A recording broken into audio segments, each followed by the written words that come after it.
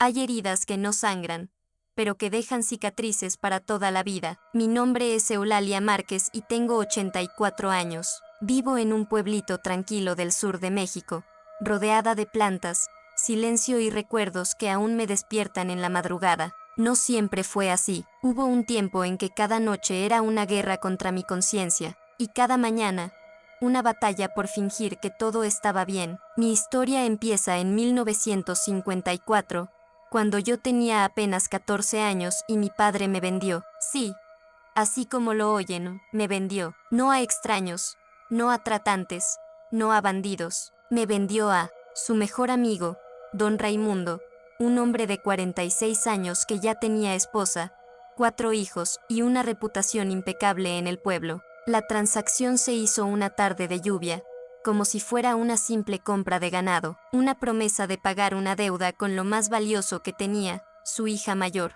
Mi madre, siempre sumisa, solo bajó la cabeza y no dijo nada. Yo tampoco entendía del todo lo que estaba pasando. Solo sabía que esa noche ya no dormiría en mi cama, que no volvería a la escuela, y que mi vida dejaría de ser mía. Aquel hombre me llevó a una casa en las afueras del pueblo, me compró vestidos, me prohibió salir, y me dijo que desde ese día, yo sería su señora chiquita. Palabras que aún me retumban en el pecho como puñales. Una niña como tú tiene que aprender a obedecer, me decía, y cada caricia suya era una invasión, cada sonrisa, una sentencia. Durante años viví en esa casa como un fantasma. No podía hablar con nadie, no podía salir. Mi nombre dejó de ser Eulalia. Me llamaba mi niña cuando estaba de buenas, y puta ingrata cuando no. Pero lo más terrible no era lo que él me hacía, sino lo que yo llegué a creer sobre mí misma. Creí que no valía nada, creí que merecía ese castigo, creí que eso era el amor, y aunque sobreviví, no fue sin perder muchas partes de mí. Pero lo que ocurrió cuando cumplí 17 años fue lo que verdaderamente me partió el alma. Cumplí los 17 en silencio. No hubo pastel, ni abrazos, ni una sola palabra de felicitación. Solo un desayuno frío y la voz áspera de don Raimundo diciéndome: hoy no sales de la habitación. Te ves demasiado contenta. Y así era. Esa mañana había despertado con una pequeña esperanza en el pecho, un presentimiento, tal vez, de que algo cambiaría. Pero él, como si pudiera oler la luz en mí, se encargó de apagarla de inmediato. Lo más doloroso de esos años no fue el encierro, fue la soledad absoluta. Nadie preguntaba por mí, nadie venía a buscarme. En el pueblo, todos sabían lo que pasaba, pero nadie decía nada. Para ellos, yo era la que se fue con Raimundo, como si hubiese sido una elección. Lo peor fue que comencé a creerlo. Comencé a pensar que si lo había elegido, que era mi culpa por no gritar, por no correr, por no morir antes de dejar que él me tocara. Cuando estaba embarazada de mi primer hijo, tenía apenas 18. Lo supe por los mareos, por el vómito, por la tristeza profunda que me brotaba desde los huesos. Raimundo se puso contento. Dijo que ahora sí sería un hombre completo, que yo le daría un hijo fuerte como él. Yo solo pensaba en que iba a traer una vida a este mundo sin saber cómo protegerla ni siquiera de su propio padre. Lo abracé por primera vez en silencio, con lágrimas, temblando. Era mi hijo, y al mismo tiempo, era una extensión de mi verdugo. Desde aquel día supe que tendría que hacer lo imposible por no dejar que esa historia se repitiera, aunque ya estaba demasiado rota, aunque ya no supiera quién era. No permitiría que ese niño creciera pensando que la violencia era normal, pero la vida no iba a dejarme redimirme tan fácil. Ese fue apenas el comienzo de otra cadena de dolores que aún me cuesta nombrar. El embarazo fue como cargar un costal de piedras con el alma rota. Mi cuerpo dolía, pero lo que más me lastimaba era el miedo. Miedo de que fuera niño y se pareciera a él. Miedo de que fuera niña y viviera lo que yo viví. Miedo de que al nacer, yo no supiera quererlo, porque nadie me había enseñado cómo se quería de verdad. Don Raimundo, por su parte, estaba orgulloso. Se paseaba por el pueblo con una sonrisa hinchada de ego,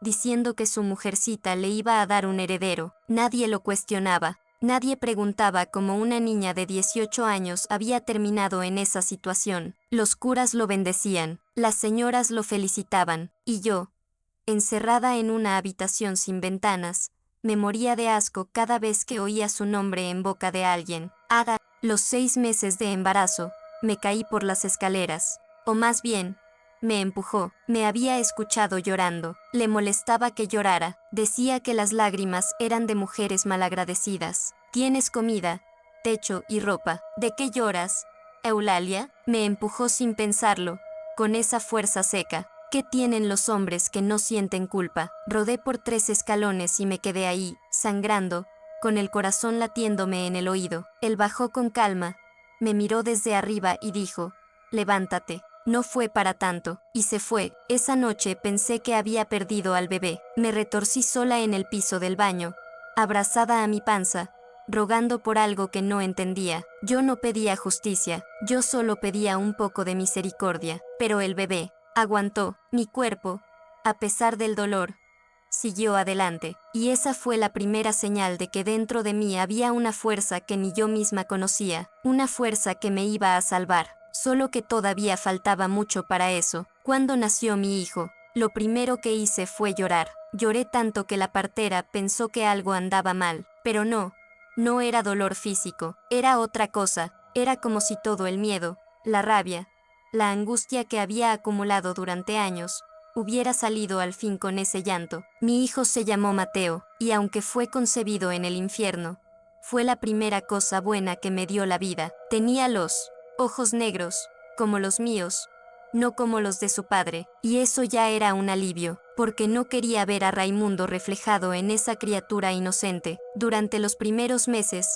dormía con él pegado al pecho, no porque fuera cómodo, sino porque me aterraba que le hicieran daño. Me volvía loca si lloraba y yo no podía consolarlo. Me desesperaba si alguien más quería cargarlo. Raimundo lo miraba como si fuera un trofeo. Le decía mi campeón, mi legado, y cada vez que decía eso, yo lo abrazaba con más fuerza, como queriendo decirle con el cuerpo, no eres de él, eres mío, solo mío. Pero en silencio, comencé a planear algo. Por primera vez en mi vida, empecé a imaginar un escape. Sabía que no iba a ser fácil. No tenía dinero, ni estudios, ni familia que me ayudara, pero tenía algo que antes no tenía, una razón. Mateo no iba a permitir que creciera viendo golpes, gritos, humillaciones. No iba a permitir que algún día él también creyera que el amor se parece al miedo. Así que comencé a observar, a contar los horarios, a escuchar las rutinas, a pensar cómo, cuándo y a dónde. No tenía un plan aún, pero tenía una promesa hecha en voz baja. Una noche cualquiera, con Mateo dormido sobre mi pecho, te voy a sacar de aquí, hijo, aunque me cueste la vida. Esa promesa que le hice a Mateo se volvió mi única motivación. Cada día me levantaba con miedo, sí, pero también con una pequeña chispa de esperanza que nadie podía apagar. Una chispa que se encendía cada vez que mi hijo me sonreía sin saber el infierno que lo rodeaba. Raimundo no sospechaba nada, estaba confiado. Para él, yo era una muchacha domesticada, rota, sin voz, y tal vez lo había sido por un tiempo, pero la maternidad me despertó algo salvaje, algo que no sabía que tenía, una necesidad feroz de proteger, de defender, de huir si era necesario. Comencé a esconder monedas, centavo por centavo, lavando ropa ajena en secreto para una vecina que no preguntaba nada. Ella pensaba que yo era una sobrina lejana de Raimundo. Nunca me miraba directo a los ojos, pero me pagaba puntual, y ese dinerito lo guardaba en una lata de galletas, escondida detrás del ropero. También empecé a hacer preguntas. ¿A qué hora pasaba el tren más cercano? ¿Dónde quedaba la iglesia del otro pueblo? ¿Cuántas horas de camino había hasta el convento más próximo? Todo sin levantar sospechas, todo con la paciencia de una mujer que ha esperado toda su vida para tener una oportunidad. Mateo cumplió 1 año, ya caminaba tambaleándose, decía mamá con su vocecita dulce, y cada vez que lo escuchaba, me dolía el alma, porque sabía que él todavía no entendía el lugar en el que estábamos. Yo tenía 19, y aunque había envejecido 10 años en el alma, aún conservaba una cosa que nadie me había podido quitar del todo, la voluntad. El día que decidí escapar, todavía estaba lejos, pero yo ya me estaba preparando. Cada moneda guardada era una victoria, cada mapa mental que construía en las noches, un acto de resistencia. Cada abrazo que le daba a mi hijo, una reafirmación. Tú no vas a crecer en este horror, no mientras yo respire. Fue en una tarde calurosa de marzo cuando todo se precipitó. Raimundo llegó a casa con aliento a licor y los ojos vidriosos. Tenía esa mirada que ya me anunciaba tormenta, y yo, como siempre, recogí a Mateo en brazos y me encerré en la habitación tratando de evitar lo inevitable. «Eulalia», gritó desde el pasillo. Salí a trabajar todo el día y ni un plato caliente encuentro. No dije nada. Sabía que cualquier palabra podía desatar su furia. Mateo, sintiendo mi miedo, se abrazó a mi cuello con fuerza, como si ya supiera que necesitábamos escondernos del mundo. Los pasos de Raimundo se acercaron pesados, como truenos sobre la madera vieja. Abrió la puerta con fuerza, me arrebató a Mateo de los brazos y lo puso sobre la cama. Voz SOS mía, el niño ya está grande, que se duerma solo. «Déjame», grité por primera vez en mucho tiempo. «No me toques». Fue como si mi voz lo hubiera despertado. Me miró con una mezcla de sorpresa y rabia. «¿Ahora te crees valiente, ¿Te crees mujer de verdad?»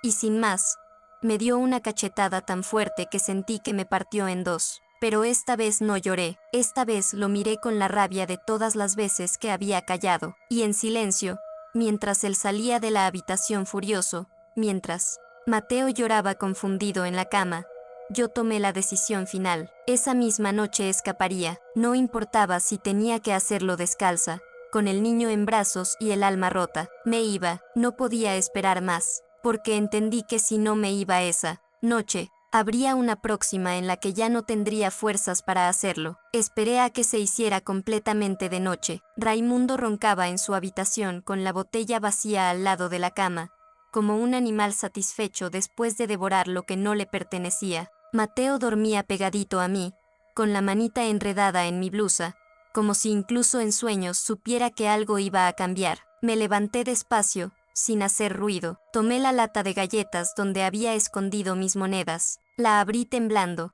Ahí estaban, 4 billetes arrugados y varias monedas. No era mucho, pero en ese momento, para mí, era libertad. Agarré un pañal, un poco de pan duro, y envolví a Mateo con una mantita de lana. Lo cargué en brazos y salí descalza por la puerta trasera, donde la madera ya estaba rota desde hacía meses. La luna estaba llena y el aire olía a tierra húmeda. Era como si el universo mismo me dijera: «Corre, Eulalia, corre ahora». No miré atrás. No podía. Tenía miedo de que si volteaba, las cadenas invisibles que me ataban a esa casa volvieran a jalarme. Caminé por más de una hora, cruzando senderos que conocía de memoria, esquivando casas, evitando ruidos. Mateo no lloró, como si supiera que el silencio era lo único que nos podía salvar. Al llegar a la estación del tren, me escondí detrás de una carreta vieja. El próximo tren pasaría al amanecer. Tenía que esperar. Sentía el corazón en la garganta, como si me fuera a explotar. Cada sonido en la distancia, cada ladrido, cada crujido de ramas, me hacía apretar más fuerte a mi hijo contra el pecho. Pero entonces, mientras estaba ahí sentada en la oscuridad, sentí algo que no había sentido en años: esperanza, porque ya no estaba encerrada, porque ya no me sentía propiedad de nadie, porque por primera vez en mucho tiempo, era yo quien estaba decidiendo. El amanecer llegó lento, como si el sol también tuviera miedo de salir. Cuando vi el tren asomarse en la curva, sentí que el alma me regresaba al cuerpo. Era viejo, ruidoso, y venía casi vacío, perfecto para pasar desapercibida. Esperé a que se detuviera por completo. Me acerqué al vagón de carga con Mateo dormido en mis brazos y el corazón galopando en el pecho. No sabía a dónde iba, solo sabía que no podía quedarme. El maquinista me vio, un hombre mayor,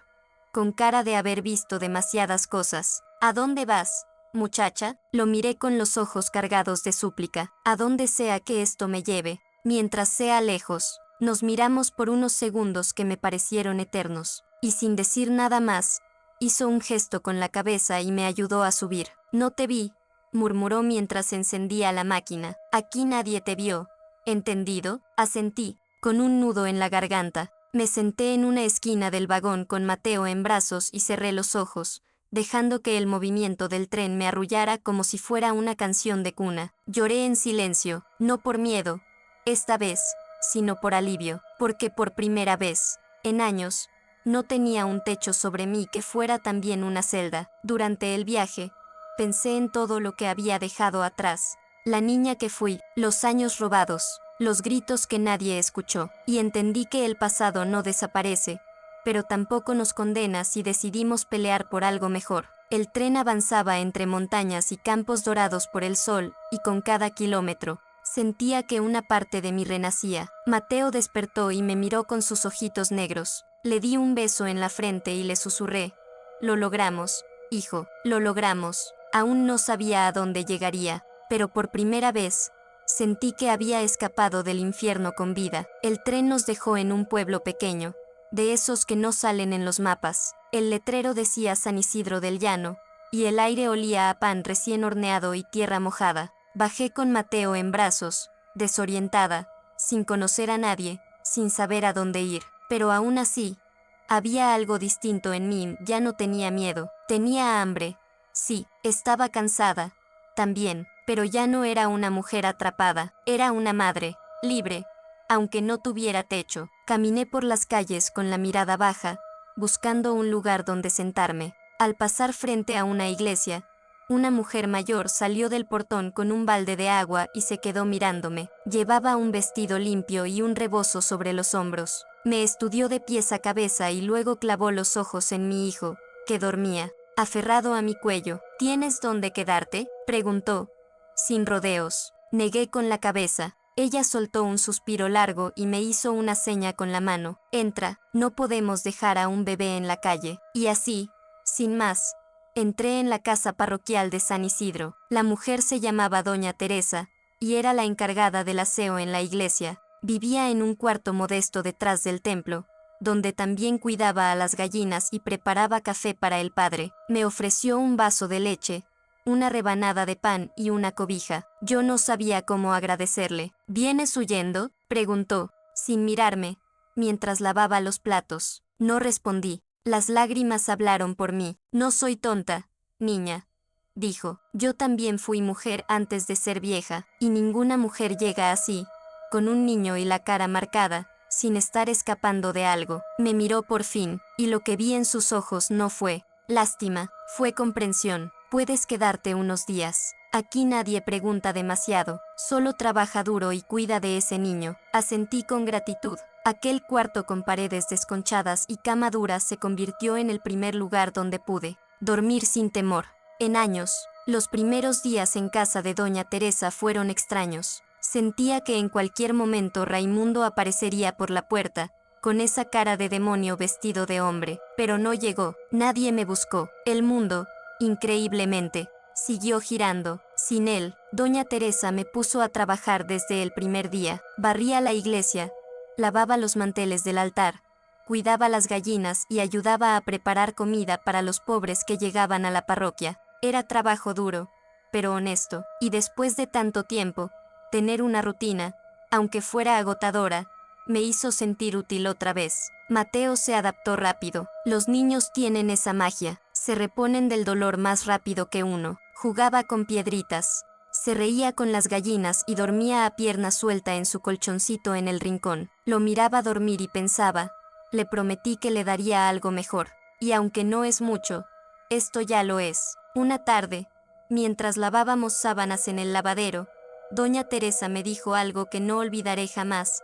«Una mujer que se salva con un hijo en brazos, Eulalia, esa es más valiente que cualquier héroe de guerra». Me quedé en silencio. Nadie nunca me había llamado valiente. Por años me creí cobarde, débil, sucia. Pero ella, con esa frase sencilla, me devolvió algo, dignidad. Y fue en ese momento que lo decidí. No solo iba a sobrevivir, iba a empezar de nuevo, iba a reconstruirme, iba a educar a mi hijo para que nunca repitiera el ciclo del que yo escapé. Pero la paz no dura mucho para una mujer que lleva cicatrices tan profundas. Y la mía estaba a punto de abrirse de nuevo, cuando menos lo esperaba. Fue un miércoles por la mañana cuando vi algo que me heló la sangre. Estaba barriendo el atrio de la iglesia cuando escuché una voz que me resultó insoportablemente familiar. «¿Y tú no eres la muchachita de Raimundo?». Me giré despacio, con el corazón atascado en la garganta. Un hombre alto, con sombrero de palma y botas polvorientas, me observaba desde la entrada. Era Aniceto, el cuñado de Raimundo, un hombre igual de sucio por dentro, aunque más callado. No supe qué decir. No sabía si correr, si gritar, si fingir demencia. Te andan buscando, continuó con una sonrisa torcida. Dicen que robaste un niño. ¿Qué te volviste loca? Yo me quedé muda. Las manos me temblaban. Mateo jugaba a unos metros, recogiendo piedritas del suelo sin entender el peligro que rondaba. Yo no robé a nadie, logré decir, con la voz rasposa. Ese niño es mío. Raimundo no dice lo mismo. Dice que lo traicionaste, que después de todo lo que hizo por ti, te fuiste como una cualquiera. Doña Teresa salió del interior de la iglesia y lo miró de arriba abajo, con esa expresión que usaba cuando no iba a permitir ni media tontería. ¿Busca a alguien? Solo converso con esta señorita. La conozco desde hace años, dijo él, quitándose el sombrero. Hipócrita, pues qué lástima, porque esta señorita ahora trabaja bajo el cuidado de la parroquia, y si tiene algún reclamo, vaya a la policía, no a hostigar mujeres con un niño en brazos. Aniceto la miró con fastidio, mascó saliva y se marchó lentamente, pero antes de irse, me lanzó una mirada que sentí como una amenaza. Raimundo no va a dejar esto así, lo sabes, ¿verdad? Y se fue. Esa noche no pude dormir. Volvieron las pesadillas, el temblor en las manos, el pánico de siempre. Doña Teresa me preparó un té y me dijo, con voz firme, si te encuentran, Eulalia, será porque no te moviste. Aquí ya no estás segura. Tenemos que actuar antes de que lo hagan ellos. Esa misma noche, Doña Teresa me ayudó a empacar lo poco que teníamos. Una muda de ropa, los pañales de Mateo, la lata con las últimas monedas y un pequeño escapulario que ella me colgó al cuello sin decir palabra. Nos vamos al convento de las Hermanas de la Divina Esperanza, me dijo. Allá ayudan a mujeres como tú. Allá nadie te va a juzgar. Yo quería llorar, pero no lo hice. No porque no tuviera miedo, sino porque entendí que ya no estaba sola. Alguien por fin me creía. Alguien estaba dispuesta a protegernos. Salimos al amanecer. Antes de que el pueblo despertara, Mateo dormía amarrado a mi pecho, tibiecito y tranquilo. El viaje fue largo, con escalas, caminos polvorientos, horas de espera, y todo el trayecto me preguntaba si estaba haciendo bien, si no me estaban persiguiendo los mismos errores de siempre. Pero cuando llegamos al convento, algo cambió. Las hermanas nos recibieron sin preguntas. Nos ofrecieron sopa caliente, una habitación sencilla y una cama limpia. Y cuando me acosté esa noche, con Mateo respirando tranquilo a mi lado, sentí por primera vez en años que estaba en un lugar sagrado. Los días en el convento eran silenciosos, pero sanadores. Las monjas me enseñaron a leer con la Biblia, me enseñaron a escribir mi nombre con orgullo. Cuidaba el jardín, lavaba los hábitos, aprendía a cocinar en paz. Mateo crecía sano, rodeado de mujeres que sabían amar sin poseer, sin golpear, sin exigir obediencia a cambio de cariño. Ahí conocí a Sor Clara, una monjita joven que hablaba poco pero me miraba con ternura. Una tarde, mientras pelábamos zanahorias, me dijo, Eulalia, ¿alguna vez pensaste en denunciarlo? Tragué saliva. Había pensado muchas veces en eso. Sí, pero siempre me detenía el miedo, la vergüenza, y esa voz que te dice que nadie te va a creer, nadie va a hacer nada. Le dije, bajito, él tiene amigos, tiene dinero, y yo solo tengo cicatrices. Ella dejó el cuchillo a un lado, me miró directo a los ojos y dijo algo que nunca voy a olvidar. Las cicatrices son prueba de que sobreviviste, y eso, Eulalia, ya es una victoria. Aquella noche, después de hablar con Sor Clara, me quedé despierta largo rato, viendo cómo la luna se colaba por la ventanita del cuarto. Mateo dormía profundo, con los brazos abiertos como si soñara, que volaba, y yo, con las palabras de la monja resonando en la cabeza, me atreví por primera vez a imaginar un futuro sin miedo. Al día siguiente, pedí hablar con la Madre Superiora. Me temblaban las manos, no sabía cómo empezar, pero cuando me senté frente a ella, respiré profundo y dije, quiero denunciar a ese hombre, y también a los que lo protegieron. Quiero que sepa que yo no me morí, que estoy viva, y que, esta vez, no me voy a callar. La Madre Superiora no dijo mucho, solo asintió con calma, como si ya lo hubiera estado esperando. Llamaron a un abogado que colaboraba con el convento, un señor mayor que me trató con un respeto que no conocía. Me escuchó con paciencia, no interrumpió, no dudó, y cuando terminé de contarle todo, los sextas sacar un pañuelo y secarse los ojos. Vamos a armar el caso, Eulalia, pero necesito que seas fuerte.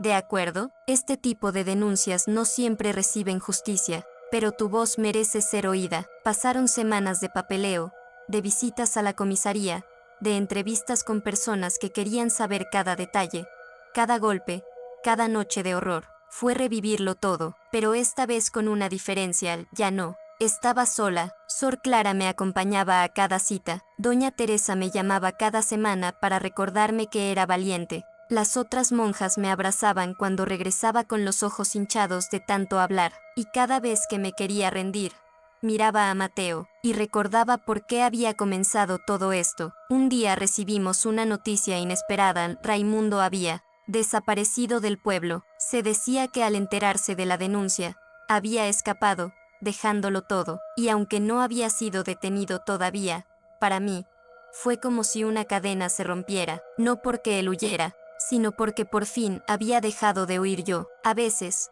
la justicia no llega con esposas ni juicios. A veces, la verdadera justicia es poder dormir sin sobresaltos. Es ver a tu hijo correr bajo el sol sin miedo. Es mirar al espejo y reconocerte, no como víctima, sino como sobreviviente. Raimundo no volvió. Las autoridades lo buscaron durante meses, pero parecía que se lo había tragado la tierra. Al principio me inquietaba su ausencia. Temía que apareciera una noche, con los ojos llenos de rabia y las manos listas para vengarse, pero con el tiempo, comprendí que su huida era su derrota, y la mía, mi victoria silenciosa. Mateo ya hablaba con claridad. Era un niño risueño, con alma inquieta y un corazón lleno de ternura. Cada vez que me decía mamá con esa voz cantadita, sentía que el alma se me recomponía un poco más. Una mañana, mientras colgábamos ropa al sol, Sor Clara me dijo: ¿alguna vez pensaste en estudiar, Eulalia? ¿Estudiar?, pregunté confundida. Yo ya soy muy grande para eso. Ella sonrió con dulzura. No se es grande para aprender a sostenerse sola. Y así, con cuadernos prestados y lápices regalados, empecé mis primeras clases formales. Aprendí a leer de corrido, a escribir mi historia con mis propias palabras, a sumar, a restar, a entender el mundo más allá del miedo. Cada letra que escribía era un acto de libertad. Cada cuenta que resolvía, una prueba de que no estaba condenada a la ignorancia que otros me impusieron. Y mientras yo crecía por dentro, Mateo también lo hacía por fuera. Cumplió 5 años en el convento. Las monjas le organizaron una pequeña fiesta con globos y panecillos dulces. Ese día, al verlo reír con otros niños, supe que lo había logrado y le había dado una infancia distinta, una sin cadenas. Pero el corazón de una madre no olvida, aunque haya perdonado. Y la herida más grande, la que aún me latía en el pecho, tenía nombre propio: mi familia. Nunca me escribieron, nunca preguntaron por mí, ni una carta, ni una visita, ni una palabra. Después de mi escape, mi familia decidió borrar mi existencia, como si hubiese sido yo la vergüenza, y no el hombre al que me vendieron. Durante años, soñé que mi madre venía a buscarme, que tocaba la puerta del convento, con los ojos arrepentidos y los brazos abiertos. Soñé que me abrazaba y me pedía perdón por haberme callado, por haber sido cómplice de aquel infierno. Pero ese día nunca llegó. Papá murió 2 años después de mi fuga. Me enteré por un obrero que llegó a pintar los muros del convento y que resultó ser de mi pueblo. ¿Tú eres la hija de don Lupe Márquez? Fui, le respondí, pues tu padre murió hace poco. Dicen que se le apagó el corazón en la madrugada, sin sufrimiento. Casi me reí, porque él sí tuvo la muerte tranquila, mientras yo había tenido que pelear cada día por seguir viva. No sentí tristeza, sentí vacío, sentí que algo se había terminado sin haber comenzado nunca, porque ese hombre jamás fue un padre, solo fue el que me trajo al mundo, y después me vendió como si fuera una cabra más del corral. A veces me preguntaba si mi madre seguía viva, si dormía bien, por las noches, si miraba el cuarto vacío y pensaba en mí, pero luego me respondía sola: Si no te buscó cuando sabían que estabas viva, no lo hará ahora, y aunque eso dolía,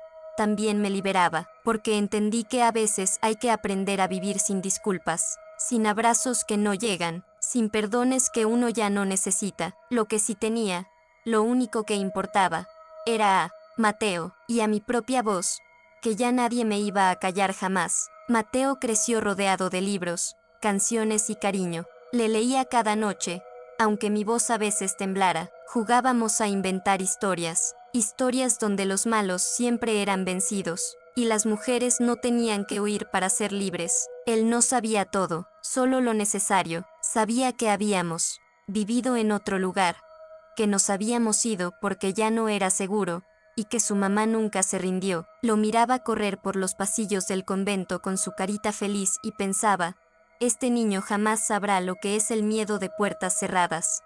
Jamás confundirá amor con control. Jamás crecerá creyendo que callarse es lo correcto. Una tarde, cuando él tenía 6 años, llegó del patio con una flor marchita entre las manos.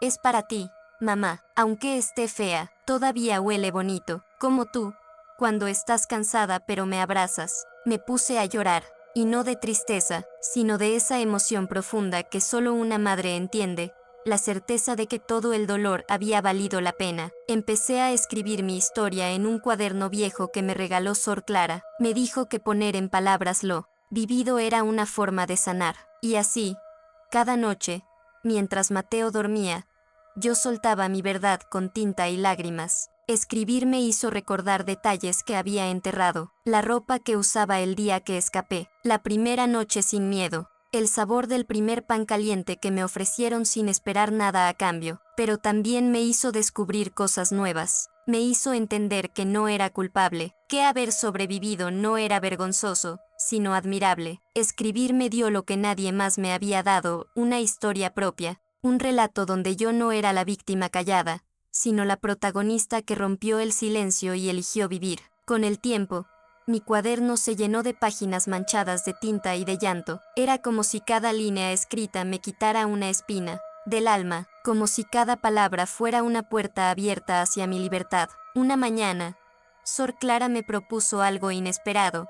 ¿Y si lees tu historia en voz alta, Eulalia? En el grupo de mujeres que llega los jueves, hay muchas que necesitan escuchar a alguien que se atrevió. Me asusté, sentí que el estómago se me encogía. ¿Y si me juzgan? ¿Y si me ven con lástima? ¿Y si te ven con admiración? Respondió ella sin vacilar. ¿Y si tu historia es justo la fuerza que otra necesita para escapar? Acepté. Con las manos sudorosas y la voz quebrada, me senté frente a 10 mujeres en un salón pequeño del convento. Todas tenían rostros conocidos, cansancio, vergüenza, marcas invisibles. Todas cargaban un peso que se parecía al mío, y comencé a leer, primero bajito, temblorosa, pero con cada párrafo, mi voz se hizo más firme. Sentí que estaba desenterrando a la Eulalia que el miedo había sepultado. Cuando terminé, nadie aplaudió, no hacía falta, hubo silencio, ese silencio sagrado que nace cuando algo verdadero toca el alma. Una mujer de cabello corto se levantó,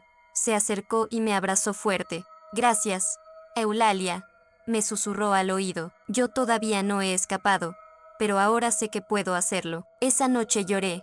Sí, pero no de dolor. Lloré porque por primera vez sentí que mi historia, esa tan rota y manchada de oscuridad, estaba sirviendo para alumbrar el camino de otras, y entendí que había nacido una nueva etapa en mí, una donde no solo quería sobrevivir, sino ayudar a que otras también lo hicieran. Desde ese día, mi vida cambió. Ya no era solo la madre de Mateo, ni la mujer que había escapado del infierno. Ahora era la voz que otras mujeres escuchaban, cuando ya no se oían a sí mismas. Me invitaron a hablar en más grupos, a compartir mi historia en iglesias, en centros comunitarios, incluso en una pequeña radio local. No era una activista, no era famosa, solo era una mujer con cicatrices y valor, y eso bastaba. Mateo me escuchaba desde una esquinita, a veces con ojos curiosos, a veces jugando con su carrito de madera, pero una vez, al terminar una charla, me abrazó y me dijo,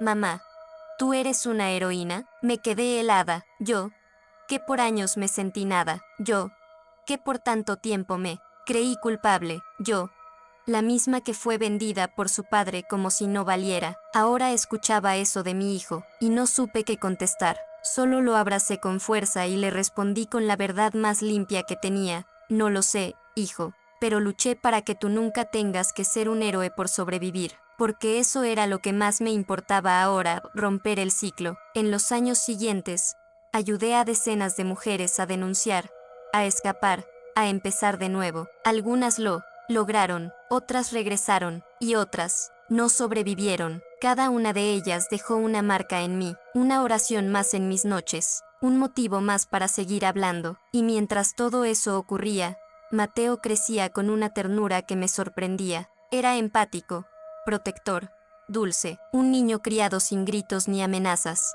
un niño que aprendió que el amor no se impone, que el amor se ofrece, se cuida, y nunca se obliga. Mateo tenía ya 12 años cuando me preguntó por primera vez: mamá, ¿quién fue mi papá? El corazón me dio un brinco. Sabía que esa pregunta llegaría algún día, pero aún así, me agarró desprevenida. Levanté la vista del trapo que estaba exprimiendo y lo miré. Ya no era el niñito que corría entre las monjas. Era un muchacho alto, serio, con los ojos llenos de verdad. ¿Por qué quieres saberlo?, le pregunté, con voz suave. Porque todos mis amigos tienen papá, y yo no sé si tengo. Respiré hondo. No quería mentirle, pero tampoco quería cargarle el alma con una historia que aún no podía sostener. Tienes el corazón más valiente que he conocido, le dije. Tu padre no fue un buen hombre, y por eso me fui, porque quería que tú crecieras libre, sin miedo, sin repetir lo que él era. Mateo se quedó en silencio, no preguntó más, solo me abrazó. Gracias, mamá, por haberme salvado. Y con esa frase, me sanó una herida que llevaba años abierta, porque siempre temí que algún día me reclamara, que sintiera vergüenza, que pensara que le robé una parte de su historia. Pero no, mi hijo había entendido lo más importante, que a veces, el mayor acto de amor, es decir adiós. Ese día, supe que él ya estaba listo para conocer la verdad completa, pero decidí esperar.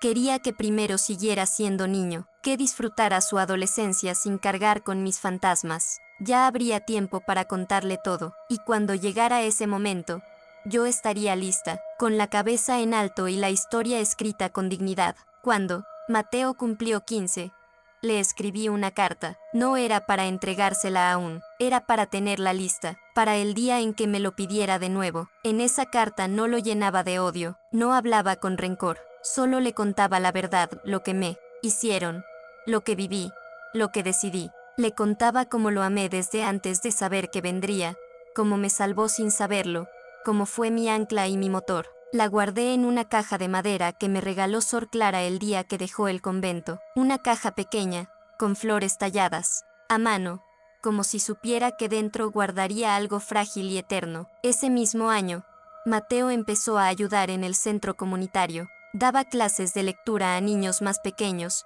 y los fines de semana me acompañaba a las reuniones de mujeres. Yo lo miraba desde lejos y pensaba: este es el hombre que soñé, uno que no levanta la voz, que no impone, que sabe escuchar. Y, aunque nunca le conté todo, él ya intuía. Tenía una sensibilidad especial para detectar el dolor ajeno, y aunque no hacía preguntas, me cuidaba como si supiera que por dentro todavía había partes mías sanando. Una tarde de noviembre, mientras recogíamos las sillas después de una charla, me dijo algo que me dejó sin aire. Mamá, si algún día quieres contarme todo, yo estoy listo, y no te voy a juzgar. Lo miré a los ojos. Vi en él a aquel bebé que cargué con miedo y esperanza. Vi en él al muchacho que creció con bondad, a pesar de sus raíces. Asentí con la cabeza, con un nudo en la garganta. Cuando llegue el momento, hijo, lo sabrás todo, y aún así, seguiré siendo tu madre orgullosa, porque tú eres la mejor parte de mi historia. El momento llegó más pronto de lo que pensé. Fue un domingo lluvioso. Mateo y yo estábamos tomando café con pan dulce, como siempre hacíamos cuando el cielo se vestía de gris. La radio sonaba bajito, y de pronto, una noticia: capturan en Veracruz a un hombre prófugo desde hace más de 15 años por cargos de abuso y violencia doméstica. Se trata de Raimundo G., excomerciante de Guanajuato. Mateo y yo nos miramos al mismo tiempo. Yo no dije nada, él tampoco. El silencio fue tan espeso que casi se podía cortar con el cuchillo. Mateo fue quien rompió el hielo. ¿Es él? Asentí. ¿Él? ¿Qué? Volvía a asentir. Él no preguntó más. Solo tomó mi mano. La apretó con fuerza y me dijo: entonces ahora sí, quiero saberlo todo. Fui por la caja de madera, saqué la carta, la tenía guardada hacía años, como se guarda un secreto envuelto en fuego. Se la di con las manos temblorosas, y lo sexta leerla con la frente fruncida, con el alma abierta, con respeto. Cuando terminó, no dijo nada de inmediato. Se levantó, me abrazó, y susurró con la voz hecha nudo: no sé cómo seguiste de pie, pero gracias. Gracias por no rendirte. Gracias por amarme incluso cuando el mundo te negó todo. Lloramos juntos, y en ese abrazo, sentí que por fin cerraba un ciclo, que mi hijo ya no solo era mi razón de vivir, ahora era también mi testigo, mi verdad encarnada, la prueba viva de que el amor puede florecer incluso entre escombros. Y por primera vez en mi vida, no sentí vergüenza. Solo orgullo, orgullo por haber escapado, por haber luchado, por haber sobrevivido, y contado mi historia completa. Después de leer la carta, algo cambió entre Mateo y yo, no para mal, al contrario, nos unió de una manera más profunda, más verdadera. Ahora él ya no solo era mi hijo, era también mi testigo, mi cómplice, mi reflejo, pero sin mis cadenas. Empezó a hacerme más preguntas, no morbosas, no innecesarias. Preguntas con alma, preguntas como: ¿en qué momento supiste que ya no aguantabas más? ¿Qué fue lo que más te dolió? ¿Te arrepientes de algo? Y yo, con cada respuesta, me sentía un poco más libre, un poco más mujer, un poco más viva. Una tarde me preguntó: ¿y si él hubiera muerto antes de que escaparas? Me quedé en silencio, y le respondí: hubiera muerto yo, Mateo. Porque la muerte no siempre es dejar de respirar, a veces es dejar de sentir, dejar de luchar, dejar de tener voz. Y yo ya estaba muriendo por dentro, hasta que tú me salvaste. Él no dijo nada, solo me abrazó y me dijo: entonces tú también me salvaste a mí, mamá, porque gracias a tu historia, yo sé lo que no quiero ser. Ese día me sentí realizada, como mujer, como madre, como sobreviviente. Pensé en todas aquellas veces que dudé si había hecho lo correcto, en todas las noches en que lloré preguntándome si le estaba robando algo al crecer sin un padre, y entendí que no, que lo salvé, que al romper el silencio, también rompí el destino que me habían impuesto, y aunque todavía había sombras que regresaban de vez en cuando, Mateo, su voz, su bondad, su claridad, eran la luz que las disipaba. Con el paso del tiempo, la historia de mi vida se fue convirtiendo en algo más que un testimonio. Se volvió semilla, una que otras mujeres empezaron a sembrar también. Mujeres que llegaban al centro comunitario con los ojos bajos, la voz temblorosa y el corazón hecho pedazos. Y que al escucharme, al verme parada ahí, entera, con la frente en alto, descubrían que también podían levantarse. Una de ellas, Lourdes, llegó con un bebé en brazos y un moretón fresco en la mejilla. No hablaba, solo lloraba. Le bastó verme una tarde, mientras contaba mi historia, para quedarse sentada hasta el final. Al terminar, se me acercó con la voz rota y me dijo: ¿cómo hiciste para no volverte loca? Le tomé la mano, suave, y le respondí: sí me volví, un poco, pero aprendí a vivir con esa locura. La convertí en coraje, en palabra, en impulso, porque nadie puede pasar por eso y salir igual, pero sí se puede salir mejor. Lourdes se quedó con nosotras, consiguió ayuda legal, salió adelante, como ella, muchas más. Algunas regresaron al infierno del que habían salido, porque el miedo es un monstruo que aprieta fuerte, pero otras florecieron, y verlas fue como ver versiones distintas de mí misma, más jóvenes, más fuertes, más decididas. Sor Clara solía decirme que las mujeres como yo éramos grietas por donde entra la luz, y aunque no me creía especial, si sabía algo, mi historia había dejado de dolerme sola. Ahora servía, ahora era fuego compartido, calor para otras manos frías, y eso me hacía sentir en paz. Mateo terminó la secundaria con honores, era aplicado, respetuoso, con una madurez que no cabía en sus años. Todos en el convento lo adoraban, los niños lo seguían como pollitos a la gallina, y las monjas solían decir, este muchacho tiene alma de protector. Cuando cumplió 18, me tomó de la mano y me dijo, quiero estudiar derecho, quiero defender a las que no pueden defenderse, a las que callan porque tienen miedo, a las que no tienen una madre. Como tú, sentí que el pecho se me llenaba de sol, no por el orgullo, sino por la certeza de que la historia no se repetiría, de que mi hijo, el hijo del hombre que intentó romperme, se había convertido en la antítesis de su origen. Yo seguía, trabajando en el centro comunitario, ya no solo como testimonio, sino como guía. Aprendí a acompañar procesos legales, a sostener mujeres en crisis, a leer expedientes y traducirlos al lenguaje del alma. Un día, una muchacha de apenas 14 años llegó al refugio. Había escapado de una red de trata. Estaba sucia, muda, rota. Vi en sus ojos el mismo abismo que vi en los míos, muchos años atrás. Me senté a su lado, le ofrecí una taza de avena caliente y no dije nada. Solo me quedé ahí, respirando con ella, y después de una hora, cuando por fin levantó la mirada, me susurró, ¿tú también estuviste atrapada? Asentí, ¿y saliste? Aquí estoy. No, sus ojos se llenaron de lágrimas, pero no de tristeza, de alivio, porque por fin alguien le hablaba desde el mismo dolor, desde la misma herida, y entendí, en ese momento, que mi historia ya no me pertenecía solo a mí, era de todas, era para todas. Los años pasaron volando. Mateo se convirtió en abogado, tal como lo prometió, no uno de esos que se llenan de trajes y oficinas con mármol, sino uno de los que se sientan en el suelo con las víctimas, de los que escuchan antes de hablar, de los que lloran cuando una mujer gana su libertad. Yo, mientras tanto, seguí acompañando procesos desde el corazón. Fui testigo en varios juicios. Mi nombre comenzó a sonar en otros pueblos, no como una celebridad, sino como una referencia. La señora Eulalia, decían, la que escapó y después ayudó a otras. Nunca busqué reconocimiento, solo quería que ninguna niña pasara, por lo que yo pasé, sin al menos saber que era posible sobrevivir. Un día, Mateo me propuso algo inesperado.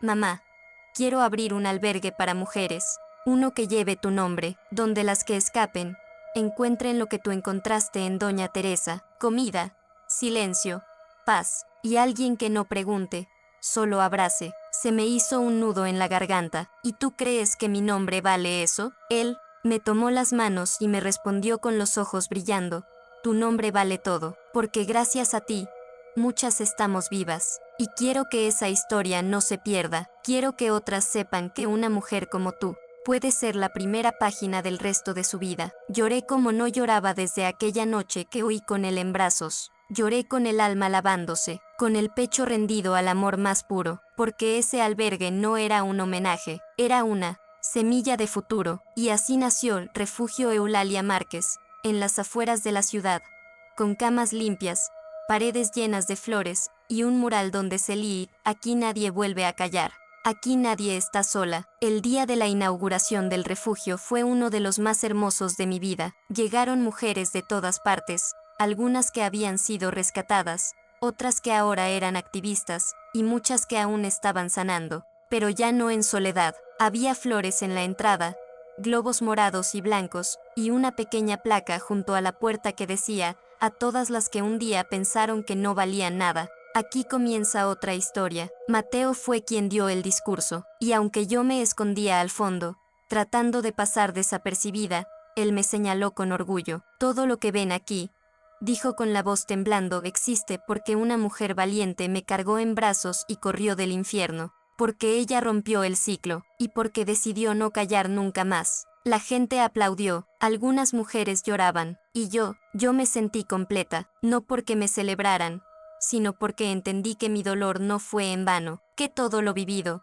lo sufrido, lo resistido, había florecido en algo más grande que yo. Ese día, muchas se me acercaron para agradecerme. Yo no sabía qué responder. Nunca fui buena recibiendo elogios. Solo sonreía y les decía, yo también pensé que no tenía salida, y aquí estoy. Y así, entre abrazos, palabras y miradas cómplices, cerré una etapa de mi vida. Ya no era solo la sobreviviente, ni la madre protectora, ni la mujer que escapó. Ahora era memoria viva, voz para las que aún temen hablar, puente entre el pasado y la esperanza. A veces me siento en el jardín del refugio, donde plantamos un rosal junto al mural. Me quedo en silencio, mirando cómo las flores se abren, cómo las mariposas revolotean sin miedo, y pienso, así debía haber sido mi infancia, llena de colores, no de gritos, llena de aromas dulces, no de amenazas sordas, pero no me duele pensarlo, ya no, porque comprendí que, aunque no pude elegir mi principio, sí elegí mi final, y eso lo cambia todo. Mateo me visita cada domingo, a veces con documentos, otras veces solo con pan y café. Nos sentamos a charlar bajo el árbol de jacarandas y hablamos de la vida con calma, sin secretos, sin miedo. Un día, me dijo, ¿sabes, mamá? Siempre pensé que la valentía era no llorar, pero tú me enseñaste que a veces, lo más valiente, es llorar y seguir caminando. Lo miré con ternura, le acaricié el rostro como cuando era niño, y tú me enseñaste.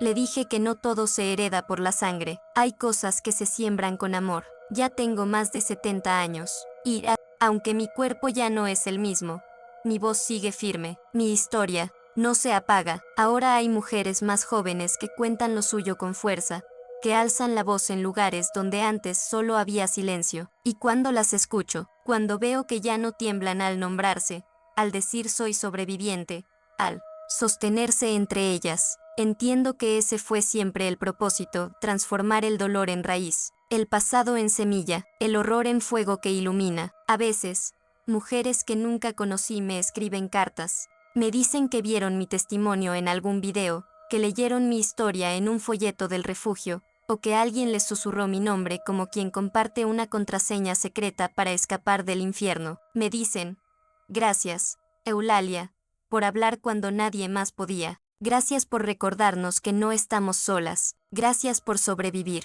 para enseñarnos cómo se hace. Y yo lloro, porque aún me cuesta creerlo, porque durante años pensé que no valía, que mi voz era apenas un susurro roto. Y ahora ese susurro se volvió eco, un eco que retumba en cientos de corazones, que abre puertas, que rompe candados invisibles. Una mañana, recibí una carta de una niña de 13 años. Su madre había escapado con ella de un entorno violento. En la carta decía, Doña Eulalia, mamá me dijo que usted fue la primera que se atrevió, y que por eso yo hoy puedo dormir sin miedo. Yo quiero ser como usted, quiero ayudar a las demás. La leí en voz alta mientras el sol entraba por la ventana del comedor, y entendí algo que nunca había dicho en voz alta: mi historia ya no me duele, mi historia me honra, mi historia me trasciende, ya no necesito esconderla, ni justificarla, ni adornarla para que suene menos cruda, porque cada línea de dolor fue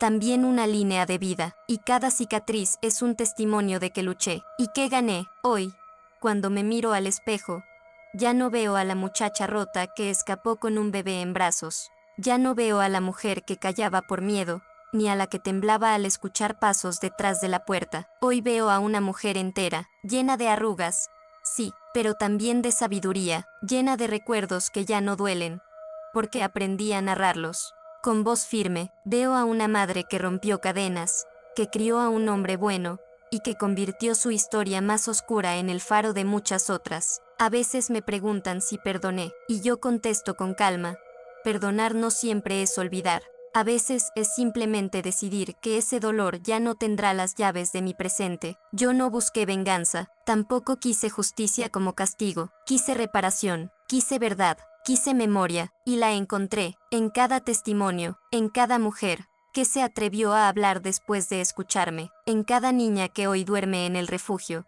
sabiendo que su cuerpo no le pertenece a nadie más que a ella. He vivido mucho, y no cambiaría ni un solo día, porque todo me trajo hasta aquí, y si mañana ya no despierto, me iré en paz, con la certeza de que no fui una víctima, fui una sobreviviente, fui una constructora de caminos, fui la voz de muchas, y sobre todo, fui Eulalia Márquez. Si llegaste hasta aquí, gracias. Gracias por escucharme, por no apartar la mirada, por darle espacio a esta historia que por años cargué sola. No todos tienen el valor de escuchar un testimonio así, pero tú lo hiciste, y eso, aunque no lo creas, también transforma, porque cada vez que alguien escucha, una herida se dignifica, y cada vez que alguien comprende, una mujer en silencio se siente menos sola. Hoy, cierro este relato no con tristeza, sino con orgullo, porque lo que comenzó como una huida, terminó siendo un legado. Si alguna vez sientes que no puedes más, recuerda esto: sobrevivir es ya una forma de heroísmo, y sanar, una rebelión sagrada. Nadie tiene derecho a romperte, y si lo intentan, que sepan que estás hecha de fuego, de ese que no destruye, sino que ilumina y abriga. Y si tú, mujer que me escuchas, estás en medio del miedo, de la duda, de la oscuridad, te lo digo con todo el corazón, no estás sola. Hay salida, y hay un mañana que te pertenece, así como yo lo reclamé. Tú también puedes hacerlo, con esta voz, vieja pero viva, con estas manos arrugadas pero fuertes, te abrazo desde mi verdad. Soy Eulalia Márquez, y esta fue mi historia, pero también podría ser la tuya, si decides empezar a escribirla con valor. Gracias por estar aquí.